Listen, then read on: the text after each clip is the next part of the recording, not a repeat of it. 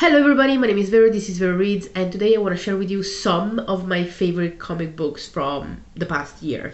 Actually, from the past 4 months, because I only started in August.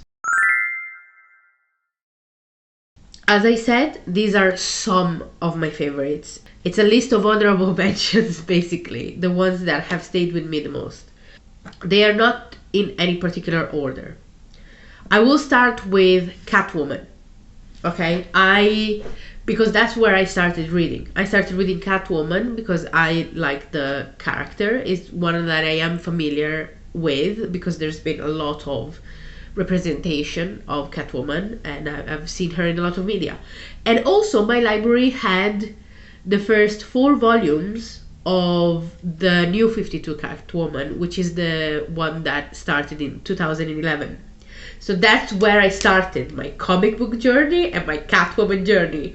And that run sucks. So I'm caught up with Catwoman. So I read everything.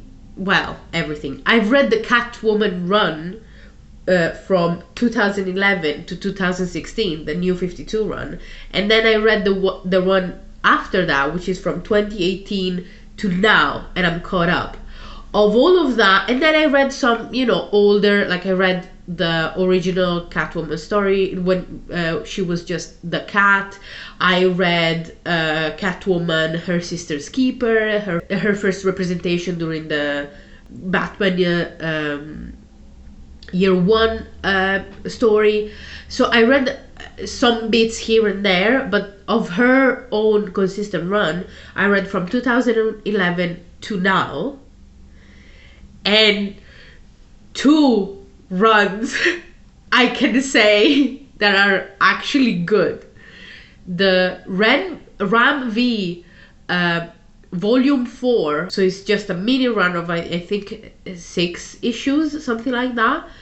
That's called Welcome Home Alley Cat. I think just that. And then the current one by Torren Grunbeck. So those are the ones I'm going to be talking about because those are the ones that I actually enjoyed the most, if not the only ones I've enjoyed.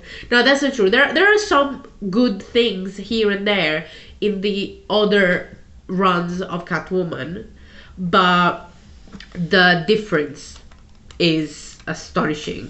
I don't know if it's common in comic books, but in Catwoman, a lot of the time, the character at the first issue of a run and the last issue of a run is exactly the same character. Nothing has changed. I don't know if that's common because you kind of want to leave the character for the person next to you as you found it. To me, that's insane. To me, no. It needs to be changed somewhat, even in a small way. But anyway, so I really enjoyed the Ram V run because the art style was absolutely amazing. It felt really purposeful for the story that it was telling, and it felt like it gave you texture. It gave the story texture. Whereas in other Catwoman storylines or runs, you just have bland, she's looking hot type of, or she's looking hot, or she's looking dark and moody, or she's looking like a badass. Like there was no concept behind how she was represented. Also, I'm talking out of my ass. I don't know what I'm talking about. These are all just opinions. These are not facts. If you disagree with me, you're probably more right than I am because I'm a newbie. I don't know anything about art. And yeah, so that's why. So don't come at me. I'm just expressing my personal opinion. So that's why I really love the Ram V art and the Torren Grunbeck run, which is the most recent one, is reminiscent of that. Fabiana Mascolo's art feels kind of like an homage to Catwoman year 1, like Catwoman in the Batman year one storyline. And is that layering, is the pastels, is the intentional use of colors, and you know, I don't know anything, I'm talking out of my ass, but it really does feel, again, intentional, and it feels like it does inform the story. And the story in itself, both for the Ram V one and the current run, they feel like they're going somewhere. It feels like you want to tell, like the writers want to tell you something about this person. It's not just, oh, I wonder what she would do if she was put in this situation, or wouldn't it be cool if. It really feels like they are exploring a side of the character. And I'm all for characterization and storytelling. I don't care about how cool a concept is if you cannot put it on top of a great story and a great character psychology. So to me, I think that the current Catwoman run is really doing that. I'm really happy with Turn Grunbeck. I'm really hoping this stays this way. I have I said I'm caught up. Actually, I need to read the last 2 issues because once again, when I start liking something, I start procrastinating so I don't run out. So I want a bit of a backlog, because what if it ends on a cliffhanger and I have to wait a month? Unacceptable. Absolutely unacceptable. But I'm really enjoying that. Then, moving on. Speaking of Batman, I've read a few bits and pieces of Batman. I've read Batman Year One, Batman The Long Halloween, The Killing Joke. I've read... the one I actually enjoyed the most, and that has stayed with me, is Batman the Knight, which is basically... I think it comes right after or right before Batman Year One, and it's the training montage of Bruce Wayne training to then become Batman. He's decided that he wants to kick ass, and he knows that he's not able to do it as just a regular man. So he goes around the world to find mentors that can train him. And this run was written by Chip Zdarsky and Carmine Di Giandomenico.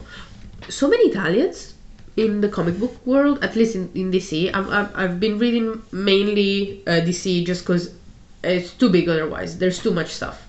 I've decided DC, I'm going to stick with DC, and then I'll branch out a bit here and there when I feel like it's not so daunting with all the backlog of comic books that there are. But so many Italians, which I appreciate. I didn't know we were good at that, apparently, art.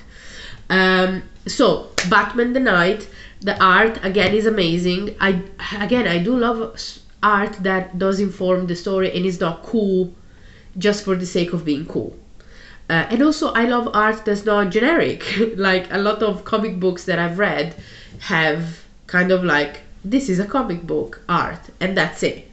There's no, and again, talking out of my ass, I know nothing about art, but that's what it felt like as a new reader. The story is self-contained in a very satisfying way. There's no loose ends. It feels planned out. It feels more like a graphic novel than just a comic run, and which it was intentional 100%. And it's gripping. So it's not just a, well, I'll get it to see what happens, but who knows.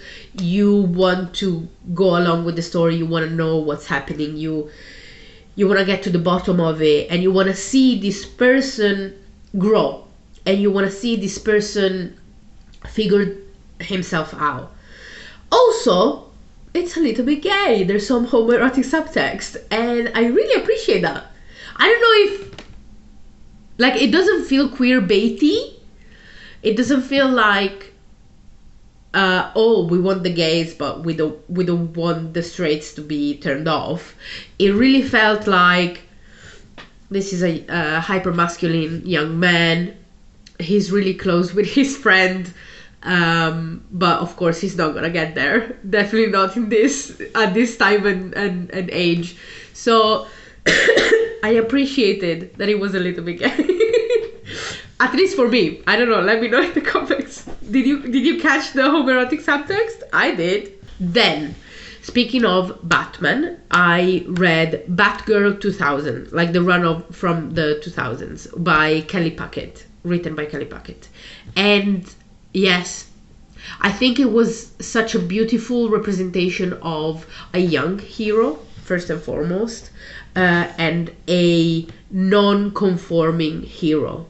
We find Batgirl at the start of her Batgirl journey, and she cannot communicate at all because of her background and because of how she was raised in a very traumatic way. She's the most badass fighter. She's OP, like she's super competent in fighting and in just kicking ass.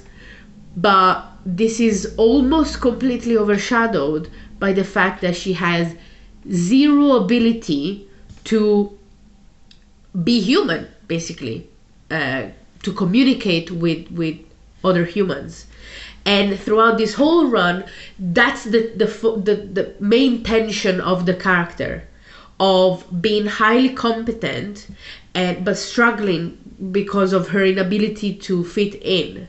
And also the sub message of this particular run is that it's not on her to figure out how to communicate with us. She's a very young girl, and she was very traumatized, and she is fully a disabled person when we find her.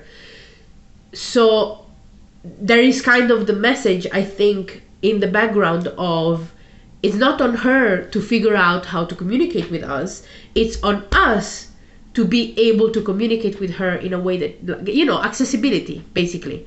And we see that very well in the character of Barbara, former Batgirl, because she's also disabled. She kind of gets it. And also, there's kind of like Batman is the dad, Batgirl, like Barbara Gordon is the mom, and the dad is always, she needs to fight better and she might be a liability. And then there's the mom, there's like, no, she's just a young girl, like we need to figure her out, we need to protect her.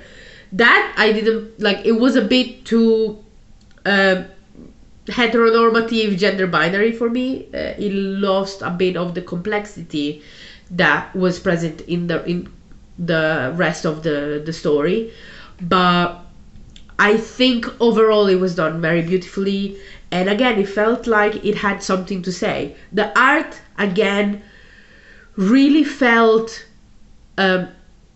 oh my god, what's the word, appropriate to the story that it was telling, because the art is a bit messy, it's a bit cartoonish, but in a childish way, that's though very sleek and linear at the same time. And again, it's two very different things, two very contrasting things, but they work together, and that's kind of like, it reflects what the story is.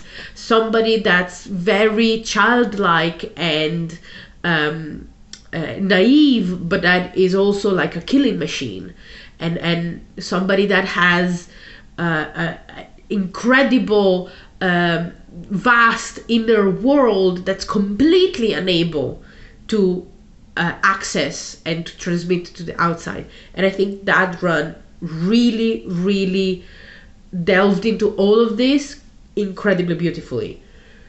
The team changed everything out of the window. I really tried. I read the first volume after Kelly Puckett went away, but no, I'm gonna stop, because again, that first run gave me so much, and it really, everything went like I'm sure if you're a comic book fan, you can relate. After that, let's stay with Gotham. We have Poison Ivy. I love Poison Ivy. I've been reading the G. Willow Wilson and Marcia Takara run, the current one, which I believe, but I might be wrong, is the first Poison Ivy run. I don't know if she had a titular run before this. I've read some other Poison Ivy stuff, like I've read some Gotham City Sirens. I read Poison Ivy Arkham Asylum, which is a collection of issues where she appears in. But I think this is her first proper run, and what a run it is! I really think that G. Willow Wilson is giving her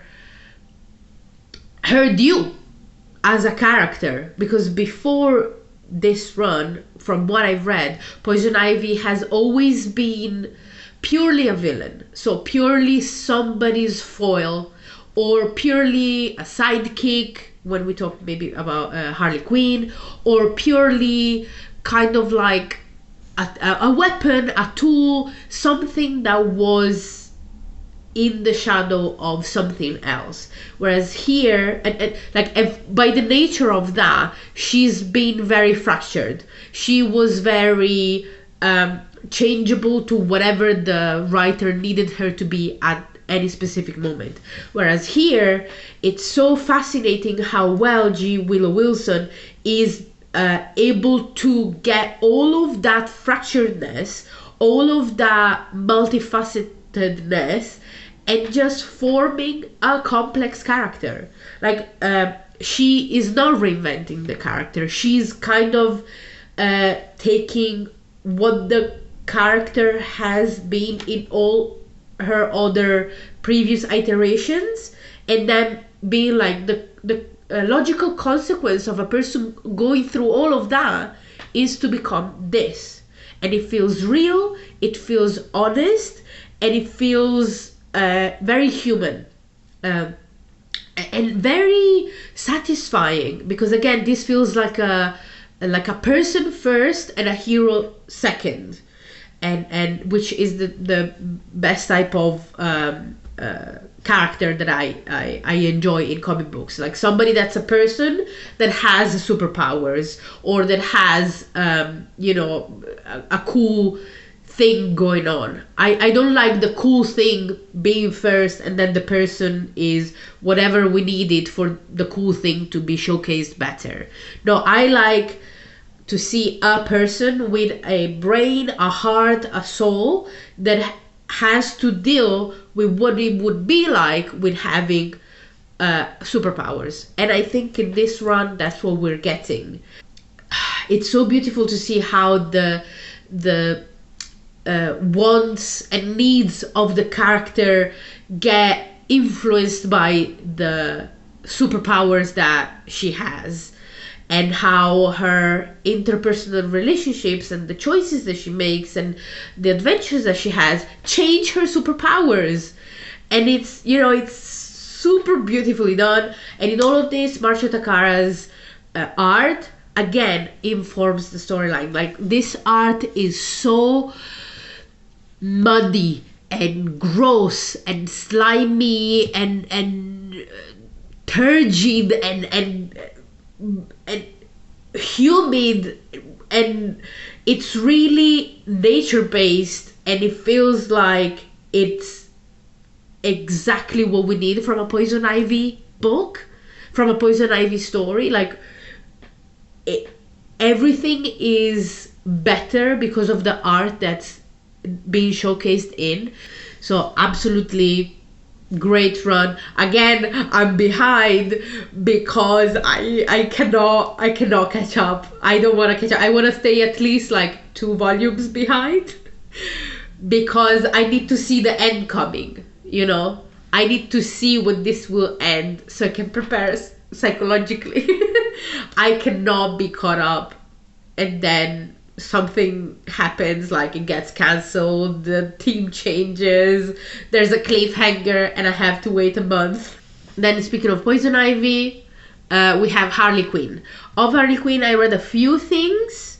The Harley Quinn that I like is the one that I can see in the 2000 run of Carl Kiesel, writer and Terry and Rachel Dodson artists, which is goofy, silly, cartoony, very childlike humor with an immense darkness and doom and helplessness behind. I really like contrasting psychologies. In this run of Harley Quinn, we see her in, like, for example, like the way we see her is not the Birds of Prey, Margot Robbie characterization. Is the original animated series version. She's the Harley Quinn, Harlequin, and she, you know, I feel like I'm gonna say Margot Robbie just so we know visually what we talk about, like the New 52, Harley Quinn, the Birds of Prey are Harley Quinn. I think she is oftentimes represented as the cool punk girlfriend, even though that's the representation of Harley Quinn that's most distanced from her being the Joker's girlfriend a lot of the times, from what I've seen. Once again, I'm a newbie. I don't know everything. This is only based on you know, very general surface level media consumption. So for other newbies, I see her as being very distant from the Joker, as in like, I'm a new woman. I'm not the Joker's girlfriend anymore. But even then, the representation of her is the stereotypical cool punk girlfriend.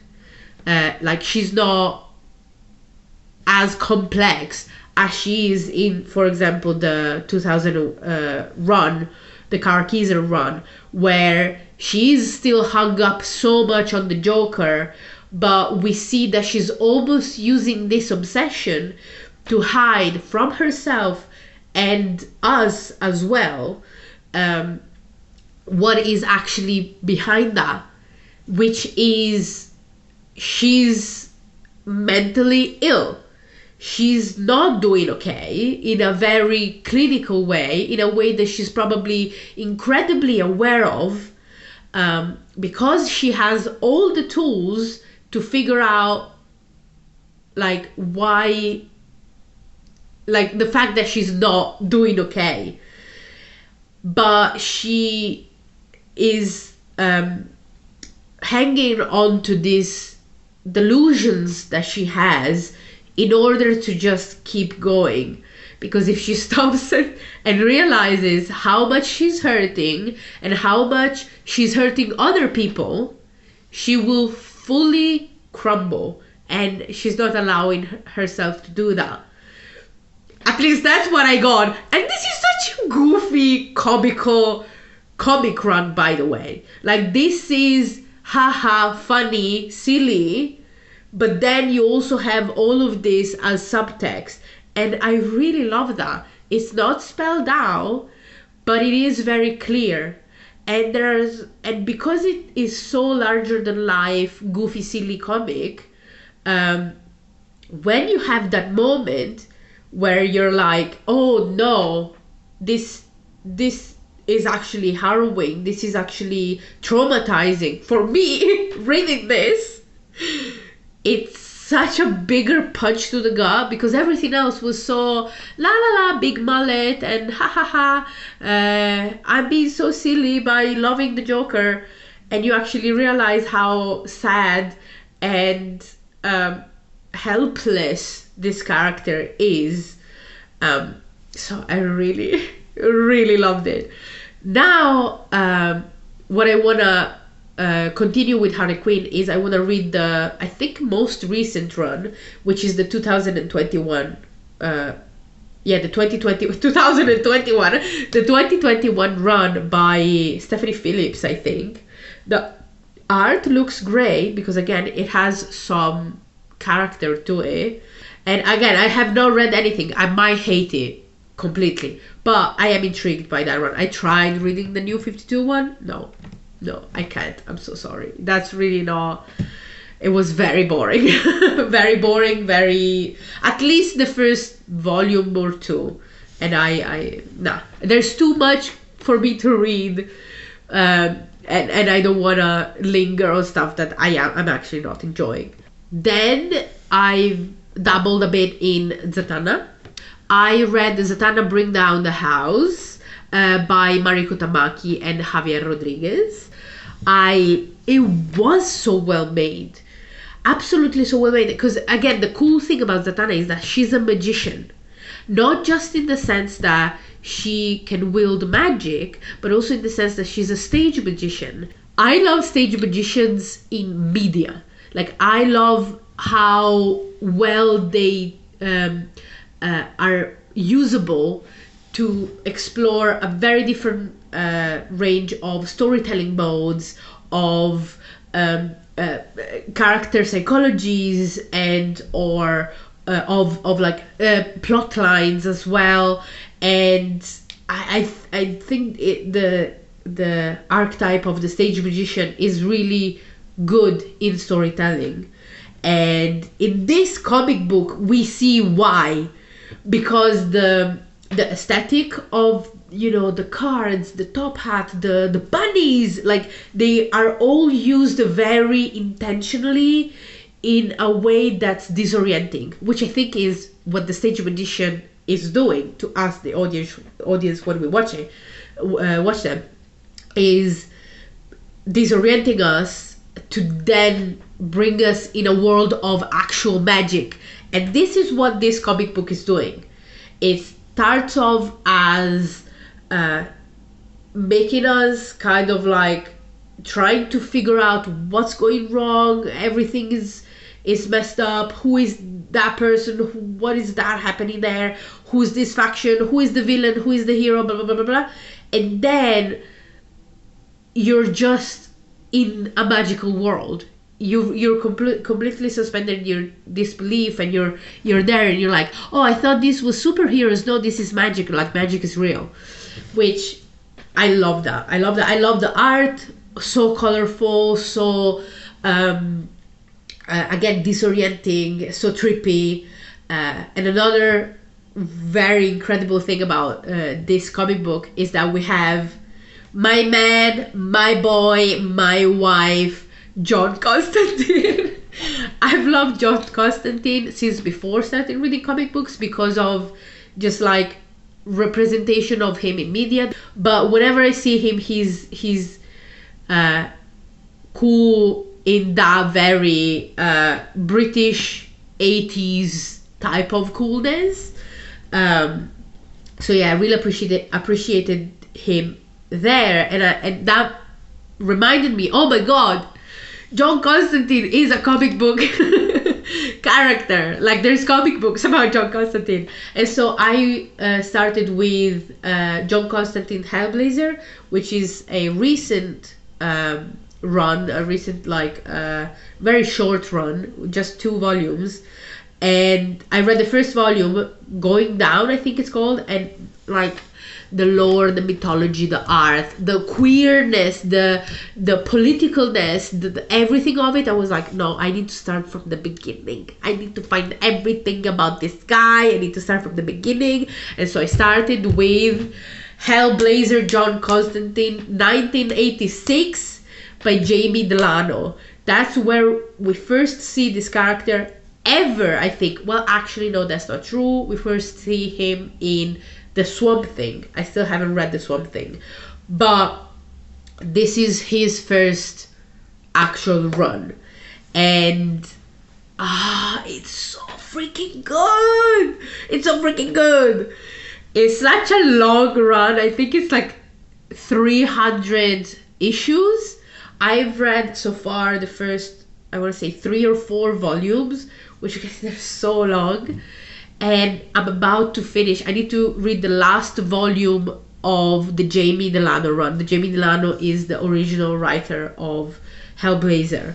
And I am so scared because I've enjoyed this so much that what if I don't like it anymore? What if because it does happen. It's happened like with Batgirl. It's happened with so many other things, and I'm like, what if I don't like it anymore? This is one of those characters and comic books where I think even if I don't like it, I'll probably still read it, because I just want to know the lore. Even if I'm not enjoying it, I wanna read the next Hellblazer comic book that will maybe be published in 5 years, and know everything about the character and know all the lore behind it. So that's why, even if I'm not enjoying it, I think I will probably keep reading it. But speaking of the Jamie Delano run, which is what I'm reading at the moment, it's okay. What I like about it the most is that it's so political. It has something very important to say, and it says it very clearly and strongly. So it's 1986 in Britain. Margaret Thatcher, capitalism, the American influences, hyper-militarization, working class struggles, and like all of that is in this comic book. And that's the main thing about this comic book. On top of that, the mythology is amazing. It's like angels and demons, like Satanism, because again, that was the Satanic Panic. It was when this was published, basically. And it reclaims that in a way of, no, the actual devils, the actual demons are those fucking conservatives that are helping out the billionaires and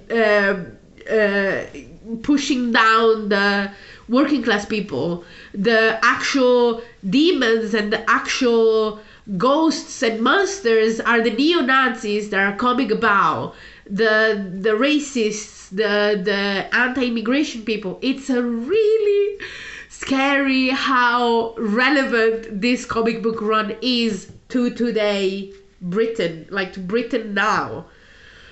But I'm so thankful that it exists, because it does really help seeing that this is nothing new. We've been fighting against this for a really long time, and there has been improvement. We just need to keep fighting. So highly recommend it. It is old, the pacing is slower, the art is less intuitive and less formalized, and less similar to the one that we have now, but it is 100% worth it. And another thing that I really appreciate about this run in particular is the lyricism of the writing. Like, the writing is beautiful. It's not just a way to convey meaning. It is in itself artful, and that's also something that I really appreciate. Now, last but not least, I hope this video is not too long, but last but not least, maybe last and coolest, Absolute Wonder Woman. I don't have to tell you why Absolute Wonder Woman is one of my favorites comic books of 2025, because it's so objectively good. I can, like, if somebody were to come to me and be like, no, actually, I don't think it's very well made, I would be like, in what way? Like, you need to actually explain it to me, because I cannot. It's not opinionable. That is not well made. You can tell me you don't particularly like it, but it's so freaking well made. The art is absolutely gorgeous. The paneling, the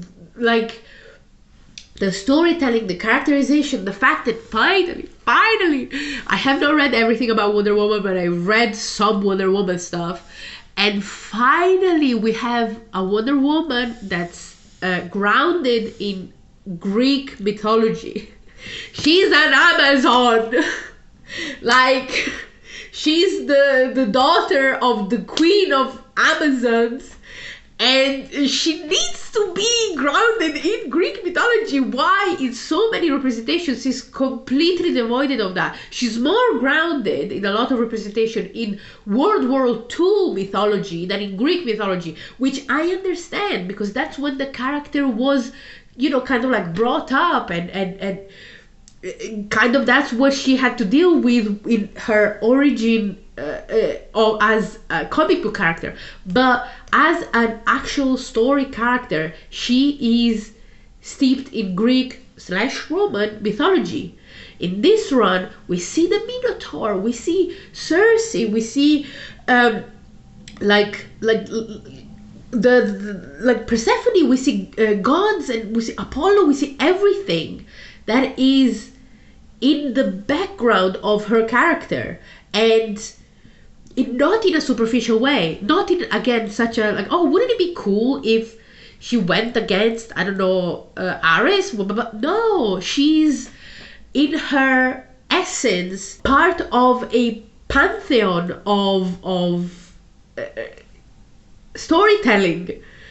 Yeah, it's just so good. It's just so good. I love everything about it. It's written by Kelly Thompson and art by Hayden Sherman, and I think they're both doing such an amazing job. Once again, I am a bit behind because now I don't want it to end on a cliffhanger. I always need to have a buffer because it's too good. And another great thing about Absolute Wonder Woman, the story itself is well constructed. Like, it really does feel like it's not reactive to itself like a lot of other comic books runs that I've read. It doesn't feel like, well, I left it here, so where should it go next, and then where should it go next. It feels like in issue 1 the authors knew this is the first story arc and she's gonna be left here, and then from here she's gonna go there, and then from there she's gonna go there, and it feels intentional instead of reactive. And also, once again, it feels like the story has something to say. It's not just, isn't this cool? It feels like there's a message behind it. I've talked for a long time. I hope this is not too long of a video. I will leave this here. The light is fading. Thank you so much for listening to me. As I said, I'm really new at reading comic books. So if you have any recommendations, if you have any opinions, like, please share them with me, because I'm always on the lookout for something else to read. And again, these are just the honorable mentions from my past 4 months of reading comic books. I'm so excited about, now being a comic book reader. I'm just excited about all the comic books that there are out in the world and I could be reading. I'm excited and also been, intimidated because there's so much. But first and foremost, excited. So thank you so much for listening, and I will see you next time. Bye bye.